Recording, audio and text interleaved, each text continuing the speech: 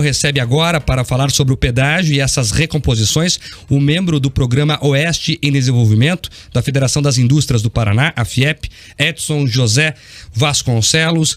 Boa tarde, Edson. Obrigado pela atenção com os ouvintes da Jovem Pan em todo o Paraná. Obrigado, Marco. Obrigado pelo convite. Muito prazer estar aqui com vocês para poder debater um tema tão importante. O Edson é um parceiro antigo aqui dessa discussão, né? Acompanhou desde o início. Aliás, aqui vou puxar a sardinha para o nosso lado. Edson, a Jovem Pan, desde o começo, topou essa discussão e você, junto com o pessoal lá de Cascavel, foram os primeiros a alertar o Paraná sobre essa questão. Olha, esse modelo está errado e vai ser lesivo. Você que acompanha desde o início, né, patrocinou inclusive boa parte da discussão da mudança de modelo, né? Vocês disseram, o Paraná não vai aceitar o que vem de Brasília calado. Mudaram o modelo. Como é que você analisa o momento atual? O cenário de 2019 já era perigoso pelo modelo. Digamos que o modelo teve alguns ajustes, Mark. Mas o que assusta agora é que a economia de 19 é totalmente diferente da economia que vivemos hoje. Os parâmetros, como o nosso amigo falou, eles comprometem hoje principalmente o tamanho da malha.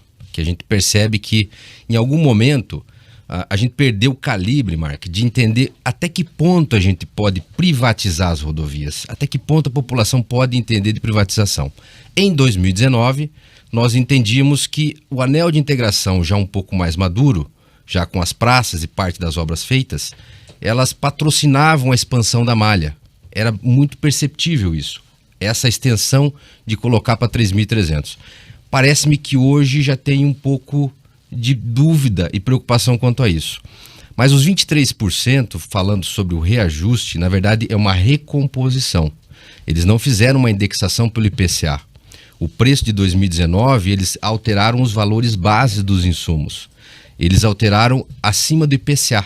O IPCA nesse trecho, de janeiro a outubro de 21, Mark, deu 23%. O trecho 2, o lote 2, deu 30% arredondamento, mais ou menos 30% arredondando. Faltando ainda fazer a correção de outubro de 21 até o dia da licitação, que no mínimo vai corrigir o IPCA, que não vai diminuir de 10%. Então nós percebemos que o cenário da tarifa teto que nós prevíamos lá atrás em 2019, ele já não existe mais. A possibilidade de a gente ter uma tarifa teto igual ou maior dos preços que a gente tinha é muito grande. Pergunta, desculpe, mas rapidamente, fazendo o cálculo aritmético com base na exposição do Dr. Edson, eu cheguei à conclusão que nós vamos abrir com R$30. Era aproximadamente R$24,60. Se praticados os índices que o senhor colocou, nós vamos para uma abertura de 30 sem que tenha sido feita a licitação, etc. Esse cálculo seria para hoje, mais ou menos. Só para localizar, o G fala da praça aqui de Paranaguá. Paranaguá.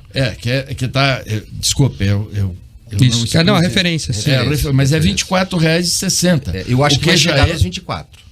Com a correção de 2022, eu acredito que chegue aos 24, ao que estava antes. Mas já abre assim? Eu acho que abre assim. Quer dizer que a economia que nós vamos ter é abrir com o extorsivo do passado. Mas tem mais uma coisa que nos preocupa hoje, que é assim, o indexador desse modelo é o IPCA.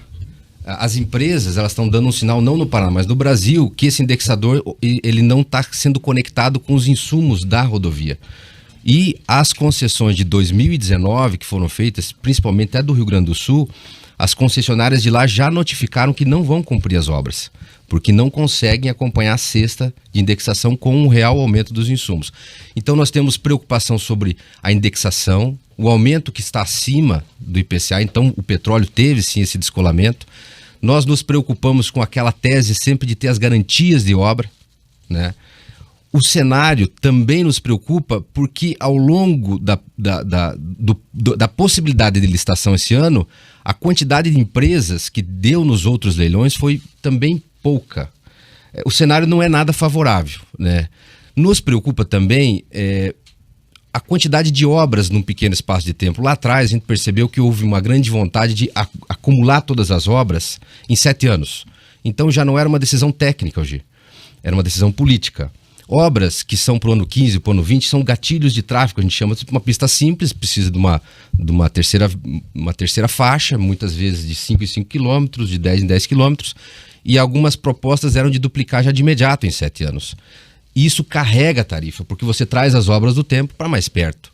Isso também pressiona demais a tarifa, nos preocupa muito isso. Estou entendendo então o seguinte, Edson, talvez um plano mais conservador no quesito de obras pode aliviar a tarifa nesse início, é isso? O momento é de ter cautela e de talvez ser um pouco mais conservador. Olhar tecnicamente as rodovias, olhando cronologicamente as obras no seu devido tempo, eu acho que isso é fundamental, vai descarregar um pouco a tarifa.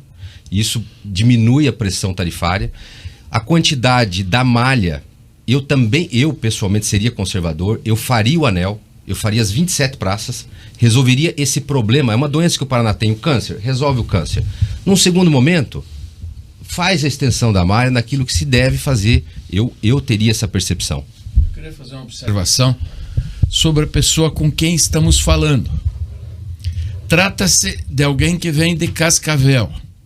Aí o cidadão, porque como estamos situados em Curitiba, Edson, eu acho relevante que o ouvinte, que o cidadão paranaense conheça Cascavel, Pato Branco, Beltrão, Londrina e que saiba da pujança do estado do Paraná. Cascavel, Mark, é uma cidade que eu tenho uma admiração extraordinária por uma questão cultural. Por exemplo, Cascavel tem um teatro extraordinário e tem uma orquestra sinfônica. Você sabia disso? Sim. Tem uma orquestra sinfônica, isso significa desenvolvimento da cidade. Tem 3 universidades e tem um conselho de desenvolvimento que é presidido por esse senhor que está aqui. E tem 10 câmaras temáticas que discutem desde desenvolvimento energético até outras formas de aproximação de uma sociedade moderna e desenvolvida. Nós do Paraná temos motivos suficientes para ter orgulho de quem compõe a nossa civilização paranaense. As pessoas lá em Brasília precisam entender que quando os nossos representantes, como no caso do senhor, vão a Brasília falar com um técnico do TCU ou com alguém da NTT, né, tem suporte, representam uma sociedade que essa sociedade é a grande geradora de riqueza desse país. É fundamental a gente lembrar disso, porque somos a 4ª economia nacional, não temos o retorno do governo central adequado para ser o 4º contribuinte da nação, e agora temos um problema endêmico, histórico, que o Dr. Edson aqui chama muito bem de câncer paranaense. Nós temos esse câncer, essa doença há 25 anos. O pedágio trouxe vantagens inequívocas, mas com ele trouxe também doenças de corrupção interna, de descumprimento contratual, de encarecimento dessa tarifa e a nossa chance de discutir isso. Agora, para terminar, Edson, você já falou aqui um indício de que talvez ser um pouco mais conservador e rediscutir o modelo seja um caminho. Mas esse modelo está aberto à discussão? Porque, em tese, ele foi fechado e estava na burocracia para ser aprovado pelo TCU. Sim. Mas, pelo que eu percebo, a necessidade, talvez, de reabrir a discussão no modelo, e aí já emendando uma segunda pergunta, não vai atrasar mais o processo? Bom, atrasado já está.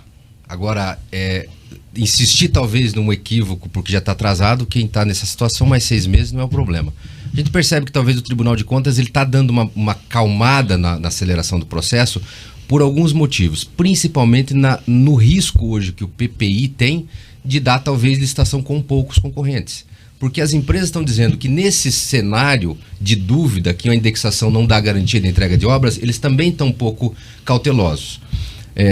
O que aconteceu de fato, Mark, é que descolou a capacidade de pagamento do usuário, da tarifa, daquilo que está sendo proposto. O governo federal, quando traz a proposta e diz que tem 44 bilhões de obras, que agora vai ser 50 bilhões de obras que vão contratar, é um equívoco. Na verdade, 44 bilhões ou 50 bilhões de dívida que o usuário vai pagar. Então, esta dívida, este compromisso de obras, ele tem que ser um pouco mais rediscutido, a gente entende. Só para poder não perder a chance, nós levamos também semana retrasada, uma proposta de rediscussão de um regime tributário especial do pedágio. E o deputado Paulo Martins foi quem nos acolheu e levou ao presidente da República e está fazendo lá a indicação do projeto de lei. Esta semana ele protocolou o pedido. Para nós isso é importantíssimo. Hoje, a União, que não tem condições de dar manutenção na rodovia, não tem verba para tal, ela passa para iniciativa privada. Faça um alerta. Existe um limite de rodovias que podem ser pedagiadas, não são todas. E isso faz com que, de repente, o governo deixe de colocar dinheiro e comece a arrecadar muito tributo. A cascata de bitributação chega a 25% de tributo numa tarifa de pedágio. É um crime. Isso tem que ter uma cota única mínima, razoável, para a gente poder pelo menos voltar a sonhar ter um mínimo de obras numa concessão. Tá certo. O Edson Vasconcelos, da FIEP, que acompanha esse debate desde o início. Você veio de Cascavel de carro, Edson? Não, vim de avião. Veio de avião. Eu ia perguntar como é que estava a estrada, mas a estrada, você tem relatos lá. O pessoal já está reclamando das condições? Já começou, parece que em alguns locais as manutenções acontecerem, né? Mas já é visível alguns buracos e deformações em pista. Não esqueça dos problemas da estrada aérea de Cascavel a Curitiba, de Curitiba a Cascavel. Eu já fiquei muitas vezes lá. O Edson sabe, acompanha lá. Avião não vai, tem que pegar o ônibus em cima da hora. Mas é assunto para outra discussão, né, Edson? Obrigado pela presença, pela atenção. Espaço, gente.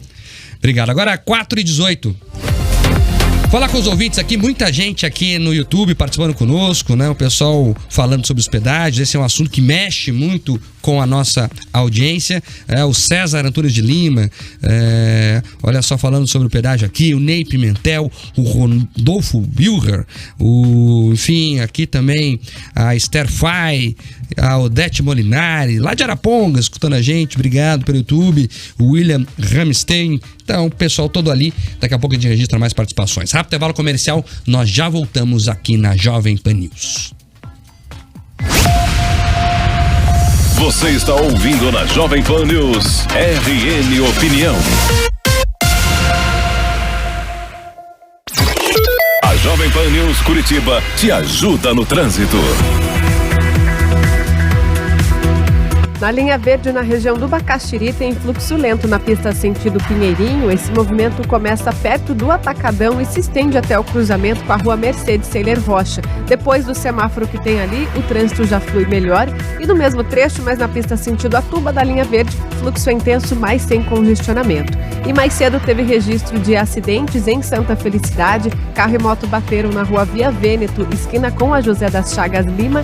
E no Xaxim também uma colisão entre carro e moto na Francisco Derosso, perto do cruzamento com a Coronel Luiz José dos Santos. Neste trecho, o movimento ainda é mais intenso.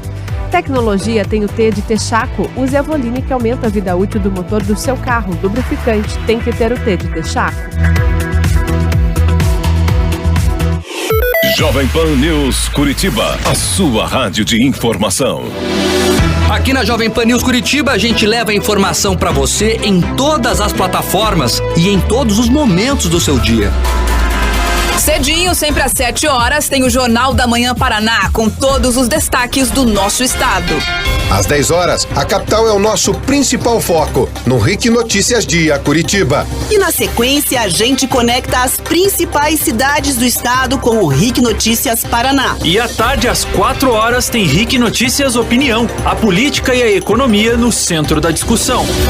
Jovem Pan News Curitiba, no 107.1, no YouTube, no site e na TV. A rede da informação. Uma rádio do Grupo RIC. Oferecimento: Laguna, design, conforto e sustentabilidade nas melhores regiões de Curitiba. Toyota Barigui, quinto share locação Toyota por hora, dia e mês para você ou sua empresa. Faculdade e Colégio ESIC Internacional. Descubra por que é inteligente estudar aqui. No Condor é sempre mais barato. Aproveite. E Lexus Barigui. Toda a linha Lexus tem 5 anos de garantia e 8 no sistema híbrido. Economizar energia é importante o ano todo. Nos dias de frio, vale uma atenção especial ao tempo do banho, porque o chuveiro elétrico é um dos equipamentos que mais consomem energia em casa. E quando está frio, a geladeira pode conservar os alimentos consumindo menos energia. Aproveite para ajustar a temperatura. Consumo consciente, bom para você, essencial para o futuro do planeta. Copel, pura energia. Paraná, Governo do Estado. Jovem Pan News. E quando o juiz apitar o fim do jogo, Fred Ring vai entrar em campo junto com os grandes nomes do futebol na mesa de debates do Canelada. Os melhores comentários sobre os principais jogos da rodada é só aqui na Jovem Pan. Este é o RN Opinião, na Jovem Pan News. 4h22. O Rick Notícias Opinião está de volta. Vamos falar sobre o mercado financeiro. O dólar fechando em R$ 4,90, uma variação de 36%, 0,36% nesta quinta-feira. Olha, no fim da tarde de ontem, a Comissão Executiva da Assembleia reconduziu aos cargos os deputados Nereu Moura, do MDB, Hélio Rush, do União, Adelino Ribeiro, do PSD e Pedro Bazana, do PSD. A mudança ocorreu após o recebimento da notificação do Supremo Tribunal Federal, assinada pelo ministro Cássio Nunes Marques. Para o presidente da Assembleia, o deputado Ademar Traiano, do PSD, a situação deve ficar pacificada a partir dessa decisão do STF. Eu acho que não teremos nenhum fato novo, não. Dou como fato encerrado no dia de ontem uma decisão que restabelece, né, aquilo que já previamente imaginávamos e, portanto, vamos continuar aí no processo dando posse aos novos deputados e a Assembleia continua na sua normalidade. O ex-deputado Fernando Francischini, o agora ex-deputado Fernando Francischini, disse que vai recorrer da decisão hoje. Vai adiantar? Não, vai ter uma demora muito grande, né? Então, esse recurso não será julgado antes do período eleitoral. Agora, nos bastidores da Assembleia, o senhor presidente era chamado ontem e hoje de Senhorzinho Malta. Quer saber por quê? É claro que eu quero, né, Chibuque? Evidente que os deputados entrando, saindo, entrando, todos eles tinham o epíteto de viúva porcina. É isso. Agora tá uma confusão. Você acha que resolve o Gibuque? Finalmente agora? Até o final do mandato, pelo menos? Até dezembro? Sem dúvida. A própria manifestação do deputado, ex-deputado, sei lá, Fernando Francischini, ontem foi muito claro. Ele já se escalou. Ele arrumou a nota nacional. Ele não é fácil. O Fernando Francischini não é fácil. Ele arrumou uma nota para ele mesmo, dizendo que o presidente havia chamado para ser o porta-voz das liberdades nacionais. Menos, Nando. Agora, 4h25, a gente segue falando do Francischini indiretamente, porque é o seguinte: o ex-juiz Sérgio Moro chegou hoje a Curitiba para o encontro com o presidente estadual do União Brasil, o deputado federal Felipe Francischini, filho do Fernando Francischini. O objetivo da reunião é decidir o futuro político do ex-juiz, que já deixou claro que quer ser candidato ao Senado. O partido ainda não bateu o martelo sobre isso. A decisão do Tribunal Regional Eleitoral de São Paulo, que negou a transferência de domicílio eleitoral dele para o estado vizinho, caiu como uma bomba aqui no cenário político local. Muitos acordos e alianças que já estavam encaminhadas estão sendo revistas. O ex-juiz da Lava Jato é eleitoralmente viável e isso muda algumas posições no jogo eleitoral. Eu conversei hoje com dirigentes do União Brasil e eles confirmaram que foram procurados já por outros pré-candidatos para possíveis alianças. Entre esses pré-candidatos está o senador Álvaro Dias do Podemos, que quer conversar sobre uma possível chapa com o Moro como candidato ao governo, né? O Álvaro candidato ao governo e o Moro sendo o senador nessa possível chapa. Setores do PSDB local também deram indicativos que querem dialogar em uma união em torno de César Silvestre Filho, né? E a família Francischini, que dirige a região do estado, olha como a política é, né? Então agora eles se reinventam, né? Apesar do revés da cassação, agora ela assume a articulação do que pode ser um novo polo político no estado. Como é que você vê tudo isso, hein, Eugê? Bem, eu acho que nesse momento há necessidade de profunda cautela. O Fernando Francischini é um habilidosíssimo comerciante da política. É o que sempre fez, desde o Solidariedade, etc., passou pelo PSL, é um comerciante da política. Ele não tem uma preocupação ideológica, apesar de fazer discurso e tal, não tem. Então, o que o orienta é como levar mais vantagem em qualquer situação que possa ocorrer.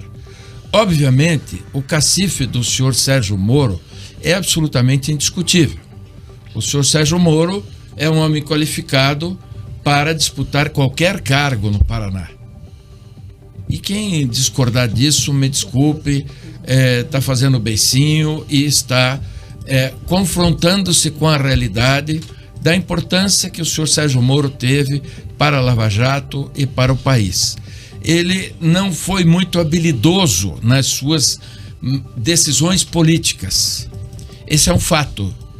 O que não pode ser deslustrado é o que ele construiu antes deste fato.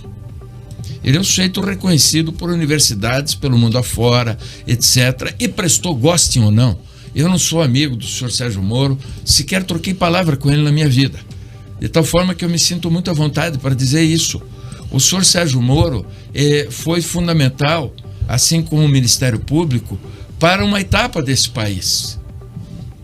Não adianta ficar brabinho, nervosinho, porque em nenhum momento de lá para cá se atribui ao senhor Luiz Inácio Lula da Silva qualquer decisão que lhe oferecesse a sua isenção dos crimes cometidos. Ele não foi inocentado, gostem vocês ou não, ele não foi inocentado.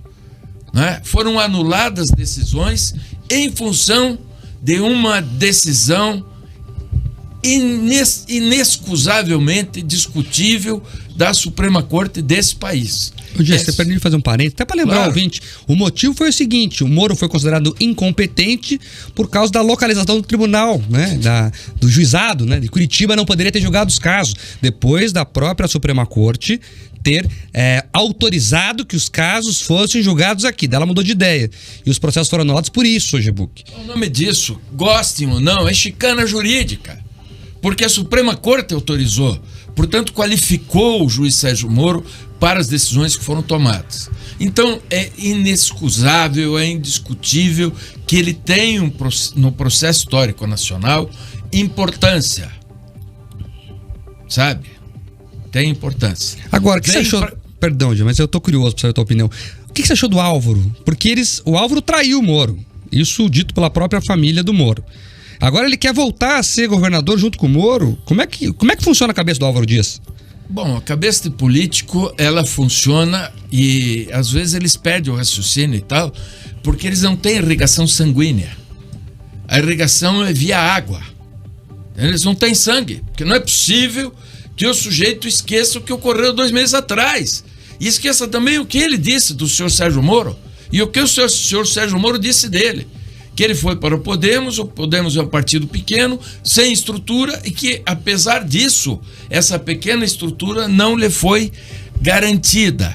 E eu se fosse amigo do Sérgio Moro, eu perguntaria para ele: seu Sérgio, você foi acusado aí no Brasil inteiro de receber uma mesada de um partido político chamado Podemos, que era para sua manutenção, etc. e tal.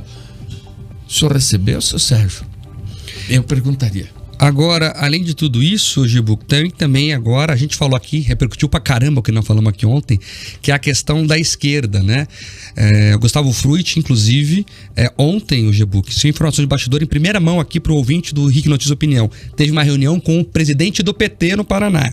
Então o PT, que odeia Sérgio Moro de todas as formas possíveis, foi o Moro que prendeu o Lula, então já abertamente está negociando para abrir mão de um candidato ao Senado para descarregar no Fruit. Isso impacta o jogo? Não, porque o Gustavo Fruit não tem densidade maior que o Dr. Rosinha. Talvez a densidade dele seja menor. Por que você está rindo?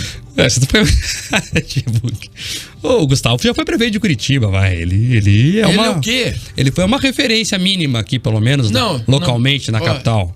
O Rosinha respeito. foi deputado federal, com todo respeito, né? Mas ele é menor do que o Fruit, pelo menos na primeira análise. Não é, e eu vou justificar por que não é.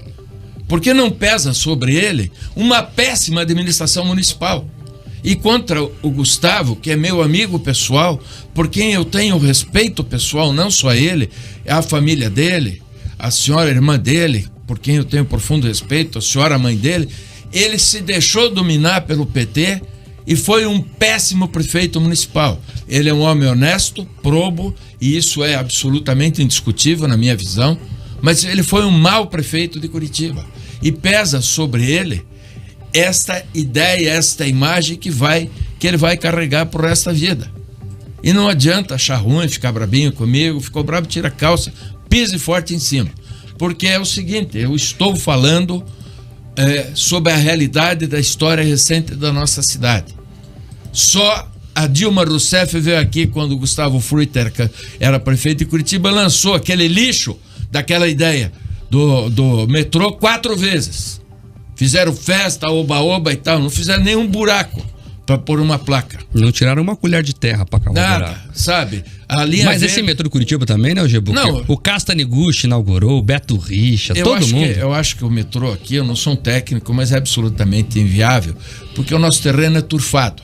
E nós não temos dinheiro para fazer uma estrutura subterrânea com menos seria necessário um buraco de mais de 30 metros. Isso existe em Joanesburgo, por exemplo.